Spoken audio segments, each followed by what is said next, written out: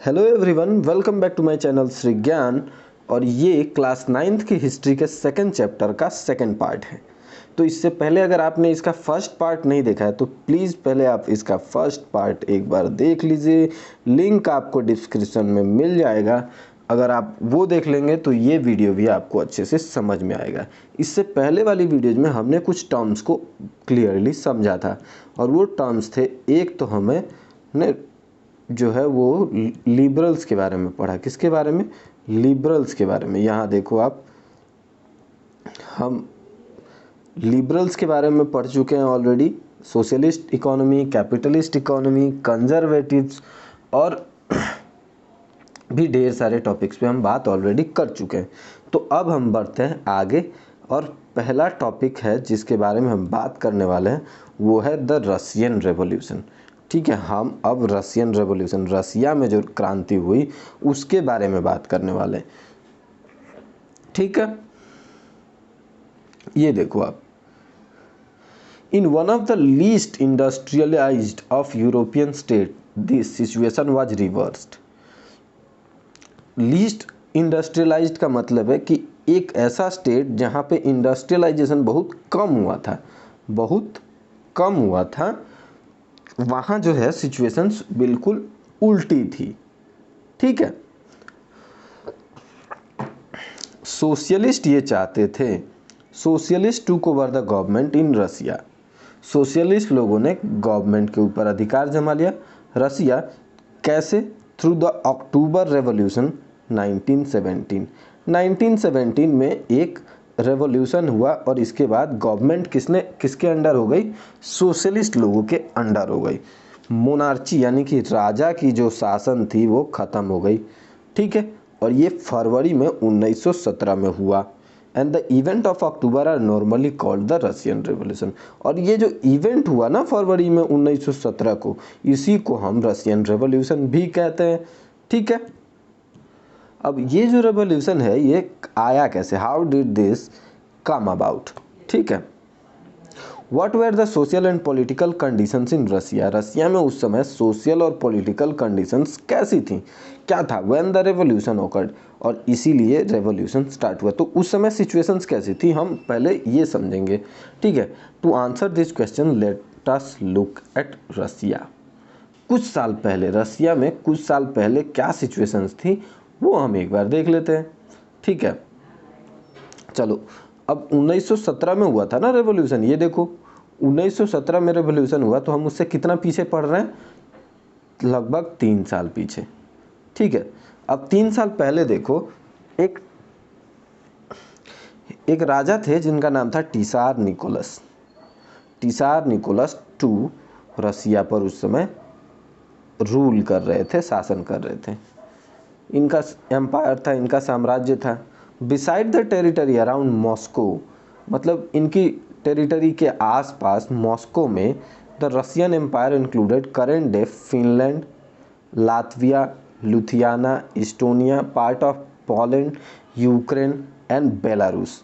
अगर आप लोग चाहो तो मैं इसको अब मैप में भी दिखा दूंगा, आप लोग कमेंट कर देना तो मैप में भी एक बार हम ये देख लेंगे। रसिया में ही ये सब आते हैं।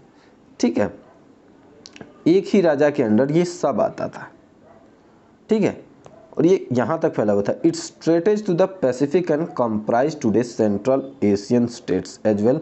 ये इतनी दूर तक फैला हुआ था, मतलब Georgia, Armenia, Azerbaijan. The majority religion was Russian Orthodox.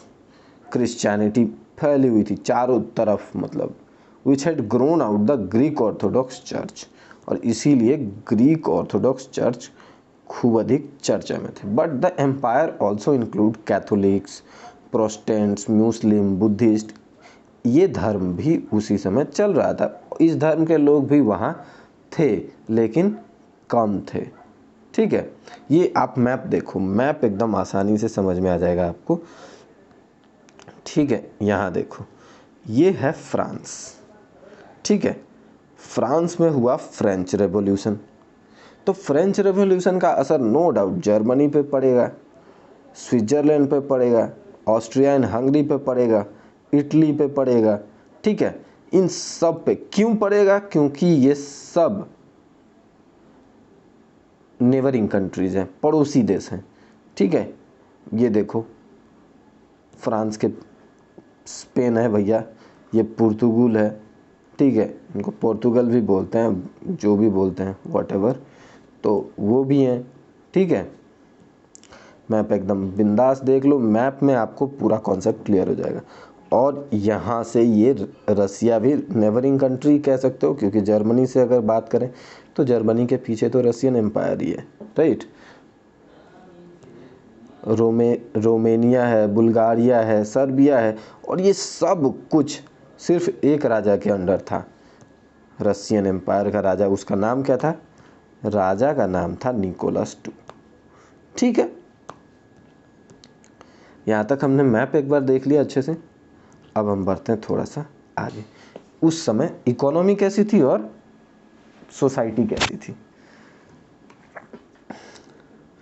The beginning of 20th century, जब 20वीं शताब्दी शुरू हुई, the vast majority of Asia, मतलब एशिया की ज़्यादातर मतलब रसिया की ज़्यादातर मेजॉरिटी पीपल्स जो थे वो क्या थे? एग्रीकल्चरिस्ट, यानी कि फार्मर्स थे,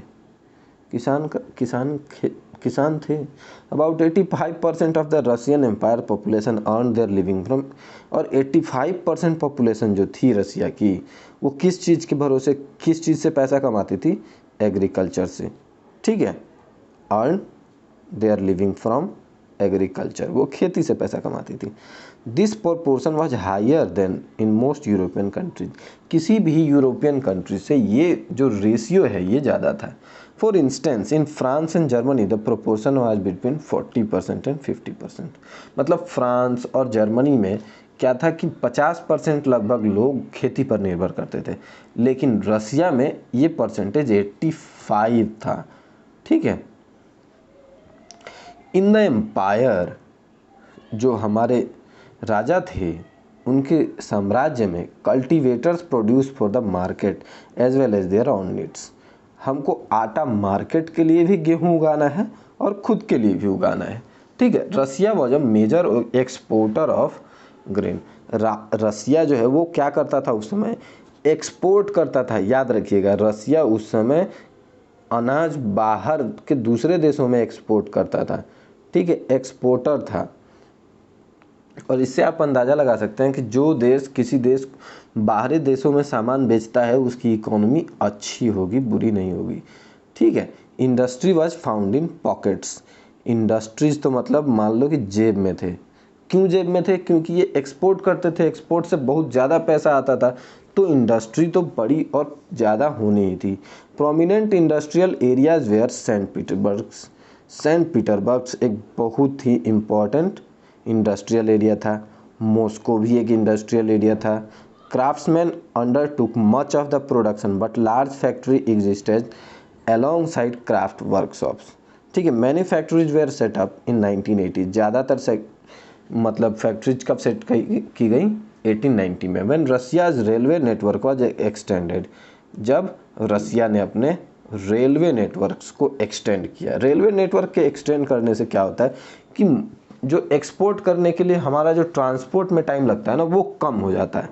तो ट्रांसपोर्ट में कम टाइम भी कम लगता है और ज़्यादा जल्दी हम सामान एक जगह से दूसरी जगह ले जा पाते हैं। कोल प्रोडक्शन डबल हो गया। आयरन एंड स्टील आउटपुट 2-2 गुना 3-3 गुना बढ़ गए। और 19th सेंचुरी आते आते in some areas factory workers and craftsman were almost equal in number, ठीक है। Now most industry was private property. यहाँ ज़्यादातर जो इंडस्ट्री थी वो क्या थी? वो तो प्राइवेट प्रॉपर्टी थी। और एक ही इंडस्ट्रियलिस्ट मान लो कि मतलब उसके पास ढेर सारी इंडस्ट्रीज है। एक ही इंसान के पास बहुत बड़ी ज़मीन है, उसके पास बहुत बड़ी फैक्ट्री है, ठीक है। और government supervise large factory to ensure minimum wages and limited hours of work. Government सिर्फ क्या करती थी? फैक्ट्रीज को बता देते कि भैया आप लेबर से इससे ज़्यादा काम नहीं करवा सकते, 8 घंटा 10 घंटा, ठीक है, और इतनी सैलरी आपको देनी होगी इतने घंटे काम करने के बजाय। इस बात को कौन लिमिट करता था? गवर्नमेंट लिमिट करती थी। But factory inspector could not prevent rules being broken. But नियम सरकार बनाती थी, लेकिन जो फैक्ट्री में इंस्पेक्टर्स आते थे ना चेक करने के लिए, वो ये नहीं बताते थे कि नियम टूटा है कि नहीं टूटा है। इन craft unit and small workshop the working day was sometime 15 hours. जो छोटे मोटे वर्कशॉप थे ना वहाँ पे तो वर्किंग आवर 15 घंटे तक था। मैंने भी एक स्कूल इसीलिए छोड़ दी क्योंकि वर्किंग आवर वहाँ बहुत ज़्यादा था। वो सुबह 8 बजे से 4 बजे 5 बजे तक काम करवाते थे, कभी कभी फिर रात को भी लगना पड़ता था। तो पर्सनल लाइफ होती है सबकी, तो फ्रस्ट्रेशंस होने लग जाते हैं अगर आप ज़्यादा देर तक काम करते हो। ठीक है। Compared with 10 to 12 hours, maximum काम आप 10 से 12 घंटे नॉर्मल फैक्ट्रीज में अलाउड था लेबर्स के लिए। ठीक है।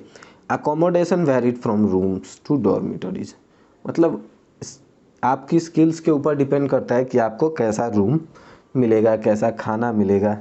ये सारी चीज़ें आपके टैलेंट के ऊपर कि आप एजुकेटेड हो या नहीं, आपको कितना स्किल्स है, आप कितने काबिल हो, इसके ऊपर डिपेंड करता है। Workers were divide social groups, workers ने सोशल ग्रुप्स में डिवाइड थे। Some had strong links with the villages from which they come, कुछ लोग ऐसे थे जिनका अपने जिस गांव से वो लोग आए थे उनसे उनका काफ़ी अच्छा रिश्ता था। ठीक है। लेकिन दूसरे कुछ ऐसे भी थे जो शहरों में ही सेटल हो गए थे permanently. Workers were divided by skills, बताया ना मैंने कि जो जितना काबिल है उस हिसाब से डिवाइड किया गया था। अब metal worker of Saint Petersburg recalled metal workers, metal worker बुलाया जाता था किसको, जो सेंट पीटर्सबर्ग में मेटल का काम करते थे। Themselves aristocrat. Among the workers their occupation demanded more training and skills, जो मेटल का काम करते थे ना उनको ज़्यादा ट्रेनिंग की ज़रूरत पड़ती थी, ज़्यादा स्किल्स की ज़रूरत पड़ती थी। ठीक है। Women made up 31% of the factory labour, 1914 में 31% वुमेन्स थी फैक्ट्रीज में as a labour, but they were paid less than men, लेकिन उनको मेन से कम पैसा दिया जाता था। Between half and 3/4 of the men's wage, मतलब अगर 100 रुपये एक इंसान को मेन को दिया जा रहा है तो सिर्फ 30 रुपीज़ एक फीमेल को दिया जाएगा। ठीक है। 30-40 रुपीज़ दिया जाता था। Division among workers showed themself in a dress and manners too, हाँ इनका डिवीज़न होता था। तो डिवीज़न क्या करता था कि ड्रेस अलग कर दिए जाते थे, इनके बात विचार इनके काम करने का तरीका भी बदल जाता था धीरे धीरे। Some workers form association to help members in times of unemployment, हाँ कुछ वर्कर्स जो थे वो यूनियन बना लेते थे, उसमें अपना कुछ कुछ पैसा जमा करते थे और किसी एक मेंबर की मान लो कुछ प्रॉब्लम हो जाए तो उसकी हेल्प भी करते थे। इसके बाद workers did unite to strike work, workers कभी कभी इकट्ठा हो जाते थे और बोलते थे कि हम काम नहीं करेंगे अगर हमारी सैलरी नहीं बढ़ाओगे, या फिर हमें खाना अच्छा नहीं दोगे, या फिर हमें रहने के लिए रूम अच्छा नहीं दोगे, या फिर मतलब हमें पेंशन अच्छा नहीं दोगे, कुछ भी। तो उनके लिए वो काम करना बंद कर देते थे और अपने डिमांड मांगने लगते थे।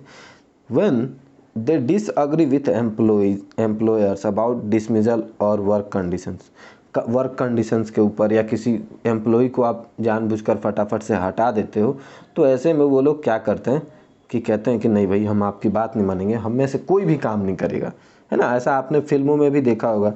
दिस स्ट्राइक टूक place frequently in textile industry during 1896 से 1897। ये 1896 और 97 में ऐसा होने लगा कि जो वर्कर्स थे ना वो बात बात पर क्या करते थे, स्ट्राइक करना शुरू कर दिया। ठीक है। In the country side peasants cultivated most of the land, peasants यानी कि गरीब लोग कल्टिवेट करते थे ज़्यादातर लैंड। बट द नोबिलिटी, मतलब जो बड़े लोग थे और जो राजा थे, the crown and the Orthodox church के जो लोग थे वो लोग क्या करते थे, ज़मीन उनकी होती थी, इस पर खेती कौन करता था, खेती करते थे पीजेंट्स, प्रॉफिट सारा मिलता था राजा को, गरीबों को कुछ मिलता नहीं था। Like workers peasants too were divided. ठीक है। अब इस वर्कर्स की तरफ पीजेंट्स भी डिवाइडेड थे। वो कैसे डिवाइडेड थे ये रिलीजियस टाइप पे डिवाइडेड थे कि मैं हिंदू, तुम मुसलमान, तुम क्रिश्चियन, तुम सिख, है ना, इस तरह से। But except in a few case they had no respect for the nobility. हाँ, कुछ केसेस को छोड़कर बाकी सब केस में क्या करता था, इनके पास कोई इज्जत नहीं थी। किसकी इज्जत नहीं थी? ये इज्जत नहीं करते थे किसकी? नोबिलिटी की। नोबिलिटी कौन होता था? सबसे फर्स्ट एस्टेट और सेकंड एस्टेट के लोगों को नोबिलिटी कहा जाता था। Nobles got their power and positions through their services to the tsar. जो राजा था वो इनको पावर दे देता था, ठीक है। इनको पावर कौन देता था? देखो, nobles got their power and positions through their services. ये क्या करते थे? ये सर्विसेज किसको देते थे? राजा को देते थे, और राजा इनको ये पावर देता था। Not through local popularity. ये लोकली पीजेंट्स में पॉपुलर नहीं थे, ये फेमस थे या राजा खुश था इनसे, इसकी वजह से इन्हें पावर मिलती थी, ठीक है। This was unlike French, where during the French revolution in Brittany peasants respected nobles. Peasants जो है फ्रेंच रेवोल्यूशन के टाइम पे भी क्या करते थे? नोबल्स की इज्जत करते थे। फॉट फॉर देम, उनके लिए युद्ध भी किया, ठीक है। In Russia peasants wanted the land of the nobles to be given to them. Russia में क्या हुआ कि रसिया में चाहते थे पीजेंट्स कि भाई आपके पास जो लैंड है वो हमें दो, ठीक है। फ्रीक्वेंटली दे रिफ्यूज टू पे rent and even murdered landlords. ये क्या करते थे? देखो, इन्होंने तो रेंट देने से मना किया सो किया, इन्होंने तो कुछ लैंडलॉर्ड्स की तो इन्होंने मर्डर तक कर दी। 1902 में this occurred on a large scale in south Russia and 1905 में such incidents took place over Russia. ये पूरी रसिया में होने लगा 1905 के समय पे, ठीक है।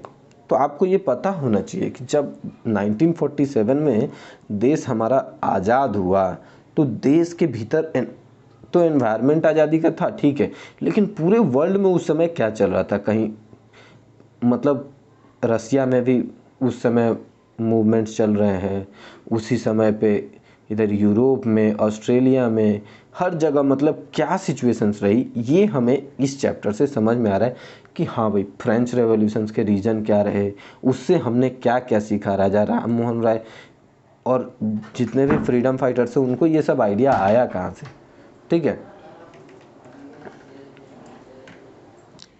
तो ये कह रहे हैं कि भैया रसिया के जो पीजेंट्स हैं, रसिया के जो गरीब लोग थे, वो बिल्कुल ही अलग थे, डिफरेंट फ्रॉम यूरोपियन पीजेंट्स, ठीक है। In another way they took their land together periodically and their commune divide according to the needs of individual families. इन्होंने क्या किया? देखो, इन्होंने एक बड़ी अच्छी काम ये की कि इन्होंने सारी ज़मीन को पहले मिक्स कर दिया, ठीक है, और उसके बाद जिसकी फैमिली बड़ी है उसको ज़्यादा बड़ा लैंड दिया, जिसकी फैमिली छोटी है उसको ज़्यादा थोड़ा कम लैंड दिया, और सब ने आपस में मिलजुल कर लैंड डिवाइड कर लिए। ये एक अच्छी पॉलिसी थी, ठीक है। इसके बाद सोशलिज्म का प्रभाव कैसा रहा रसिया में, ये रसिया में इस समय एक पॉलिटिकल पार्टी क्या थी? कोई भी पॉलिटिकल पार्टी इलीगल थी, यानी कि अलाउड ही नहीं था पॉलिटिकल पार्टी बनाना। कब? 1914 से पहले, 1914 से पहले। The Russian social democratic worker party was found in 1898 में the Russian social democratic worker party found हुई। ये एक शॉर्ट क्वेश्चन बनेगा और पक्का आ सकता है, ये आप पक्का हाईलाइट करके रख लो कि सोशल डेमोक्रेटिक वर्कर पार्टी कब बनी रसिया में, ठीक है। और ये किसके द्वारा बनाई गई? सोशलिस्ट्स के द्वारा, जो किसकी इज्जत करते थे? मार्क्स के आइडियाज़ की, कार्ल मार्क्स के आइडियाज़ की, ठीक है। कार्ल मार्क्स के बारे में हमने पहले में पढ़ लिया है। However, because of the government policing, it had to operate as an illegal organization. It set up a newspaper. इन्होंने क्या किया? एक न्यूज़पेपर सेटअप किया, ठीक है। It set up a newspaper, mobilised workers and organised strikes. इन्होंने क्या किया कि न्यूज़पेपर बनाए, उसके बाद वर्कर्स को इकट्ठा किया और स्ट्राइक्स करना शुरू किया, ठीक है। Some Russian specialists felt that Russian peasants custom of dividing land periodically made them natural socialists. So peasants, not workers, would be main force of the revolution, and Russian could become socialist more quickly than other countries. ऐसा कहा गया कि देखो, जो सम Russian सोशलाइस्ट ऐसा मानते थे कि रसिया के जो पीजेंट्स हैं वो बाकी देशों के पीजेंट से बिल्कुल अलग है। ठीक है, इन्होंने तो क्या किया कि अपनी ज़मीन को खुद ही डिवाइड कर लिया कि हाँ मेरी 2 फैमिली है तो मुझे कम ज़मीन की ज़रूरत है, बाकी का ज़मीन आप रख सकते हो। ठीक है, इन्होंने मिक्स कर लिया। तो ये कह रहे हैं कि भैया ये लोग जल्दी सोशलिस्ट हो जाएंगे, more quickly than other countries. देखो, Russia could become socialist more quickly than other countries, और इसका कारण यही था कि ये सारे जो हैं ये अपनी ज़मीन आपस में ही डिवाइड कर पा रहे हैं। ठीक है, एक बहुत अच्छी बॉन्डिंग बन पा रही है। Socialists were active in the countryside through the late 19th century. They formed the Socialist Revolution Party in 1900. ठीक है, they formed the Socialist Revolutionary Party in 1900. This party struggled for peasants' right and demanded land belonging to nobles be transferred to peasants. इस party ने कहा कि भैया जो भी nobles के पास लैंड है वो क्या होना चाहिए, ट्रांसफ़र होना चाहिए। किसको ट्रांसफ़र होना चाहिए? पीजेंट्स को ट्रांसफ़र होना चाहिए। ठीक है, social Democrats disagree with socialist revolutionaries. जो सोशल डेमोक्रेट्स थे ना उस समय के, वो रेवोल्यूशनरी सोशलिस्ट से बिल्कुल भी मतलब सहमत नहीं होते थे। अबाउट पीजेंट्स, लेनिन एक बहुत बड़े विद्वानों में से एक थे। Felt that peasants were not only one united group. Peasants एक यूनाइटेड ग्रुप नहीं है। Some were poor and other were rich. कुछ उसमें गरीब हैं, कुछ अमीर हैं। Some worked as labour while other were capitalist. कुछ उसी में लेबर हैं और कुछ उसी में मालिक। ठीक है, तो ये कैसे पॉसिबल होगा? तब देखिए, given this differentiation within them, they could not all be part of socialist movement. उन्होंने कहा कि जब ये लोग एक समान नहीं है तो ये लोग सोशलिस्ट मूवमेंट को कैसे रन करेंगे। ठीक है, ये एक सोचने की बात थी और ये बात लेनिन ने पकड़ ली। The party was divided over the strategy of organisation. जो ऑर्गेनाइजेशन की स्ट्रेटेजी है इसी चीज़ पर पार्टी डिवाइडेड थी। Vladimir Lenin who led the Bolshevik group, इन्होंने बोल्शेविक ग्रुप को भी लीड किया, thought that in a repressive society like Tsarist Russia, the party should be disciplined and should control the number and quality of its member. इन्होंने सोचा कि पहले हमारी party के जो मेंबर्स हैं उनको कंट्रोल किया जाए, उनको सजाया जाए एक लाइन से कि सब एक जैसे हों, सब एक जैसे हों। ठीक है, और सबके लिए क्या हो, party should be open to all, जैसा कि जर्मनी में हुआ था। ठीक है, ए टर्ब्यूलेंट टाइम इन 1905 में रसिया वाज ऑटोक्रेसी। ठीक है, इस समय रसिया क्या था, ऑटोक्रेसी चल रहा था। Unlike other European rulers, even at the beginning of the 20th century, the Tsar was not subject to. Tsar कौन था? Tsar था राजा। ठीक है, Tsar कौन था? Tsar राजा था भाई। ठीक है, और Tsar के लिए पार्लियामेंट कोई सब्जेक्ट नहीं था। ठीक है, सॉरी एक बार फिर से पढ़ते हैं।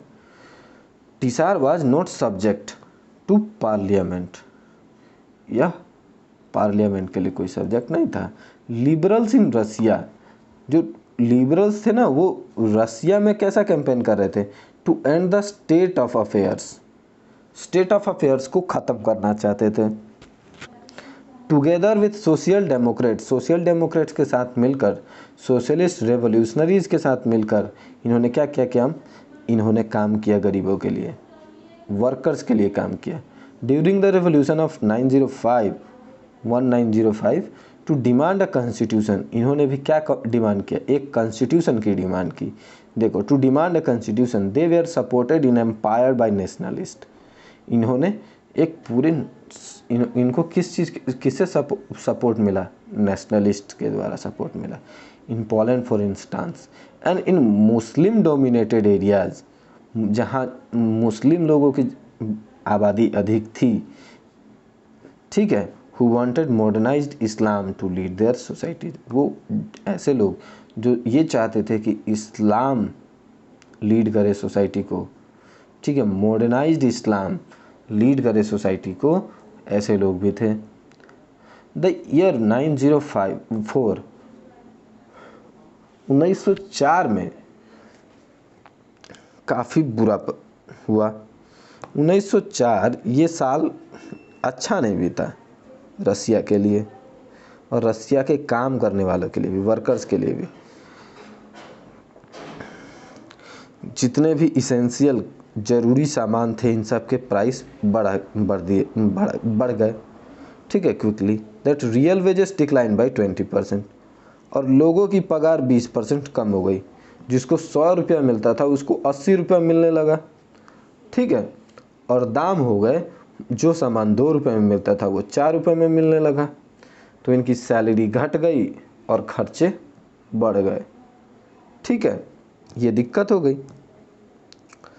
और जब भी वर्कर्स को इतनी ज़्यादा तकलीफ होगी तो क्या होगा, रेवोल्यूशन होगा, क्रांति होगी, ठीक है ना। The membership of workers association rose dramatically, और इसीलिए मेंबर्स जो थे एसोसिएशंस के, वर्कर्स की जो मेंबरशिप थी वो बड़ी स्पीड में बढ़ी।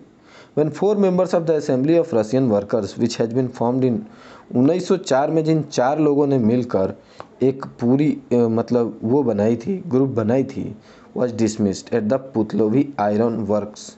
ये एक मतलब लोहे का कारखाना है, यहाँ पर 4 लोगों ने मिलकर एक ऐसे वो बनाया था, एसोसिएशन बनाया था, और वो ख़त्म हो गया। There was a call for industrial action, industrial action के लिए एक कॉल आया, कॉल मतलब बुलावा आया। Over the next few days over 1,10,000 workers in St. Petersburg went on strike, demanding the reduction in the working days to 8 hours, an increase in wages and improvement in working conditions. लगभग 1,10,000 workers ने एक साथ strike किया। बोले कि हम में से कोई काम करेगा ही नहीं सेंट पीटर्सबर्ग में। इन सब ने स्ट्राइक कर दिया एक साथ और कहा कि भैया जब तक आप एक दिन में हम मैक्सिमम काम करेंगे 8 घंटे, समय होगा कम। पहले अगर मान लो 12 घंटे 14 घंटे काम करते थे, तो अब हम कितना काम करेंगे, 8 घंटे, 8 आवर्स काम करेंगे। दूसरी कंडीशन ये थी कि भैया हम जहाँ काम करेंगे वहाँ ज़्यादा गंदगी नहीं होनी चाहिए, साफ़ सुथरा होना चाहिए, पंखे लगे होने चाहिए, वर्किंग कंडीशंस अच्छी होनी चाहिए, ठीक है। और तीसरी कंडीशन ये थी कि भैया हमारी अब पगार बढ़ाओ, अगर आप 800 रुपीज़ दे रहे थे तो अब हमें 1200 रुपीज़ चाहिए।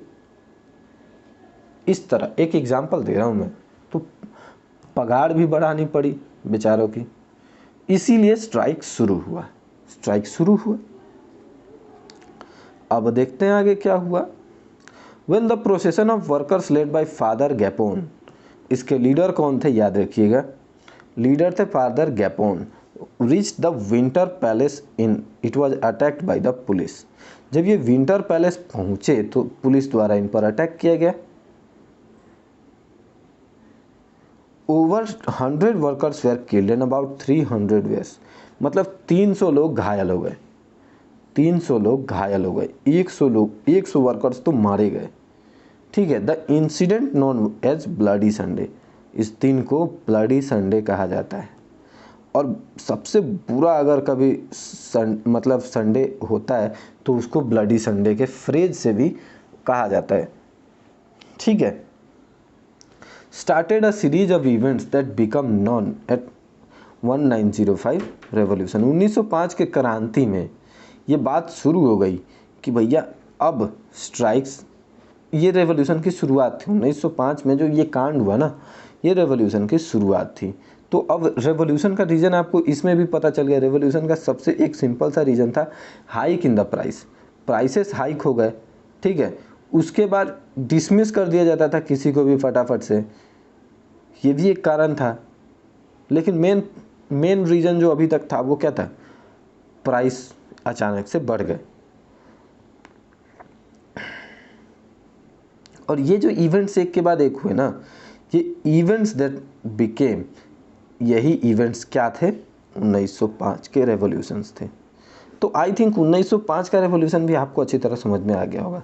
Strikes took place all over the country, अब पूरे देश में स्ट्राइक्स होने लग गई, यूनिवर्सिटीज़ बंद हो गई, ठीक है। स्टूडेंट्स बॉडीज़ ने भी वॉकआउट कर दिया, वो भी पढ़ाई लिखाई छोड़कर कंप्लेन करने लग गए, ठीक है। लैक ऑफ सिविल लिबर्टीज़ के खिलाफ lawyers, doctors, engineers and other middle class workers, इन्होंने भी अपनी अपनी यूनियन बना ली, ठीक है।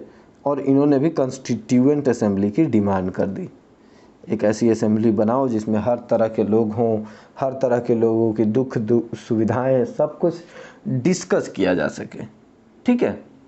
तो आई होप आपको यहाँ तक समझ में आया होगा। इससे आगे हम नेक्स्ट वीडियो में डिस्कस करेंगे। तब तक के लिए कीप स्टडिंग, कीप ग्रोइंग, पढ़ते रहिए, बढ़ते रहिए। अगर आपको यहाँ तक अच्छी तरह समझ में आया हो तो प्लीज़ वीडियो को लाइक कीजिए।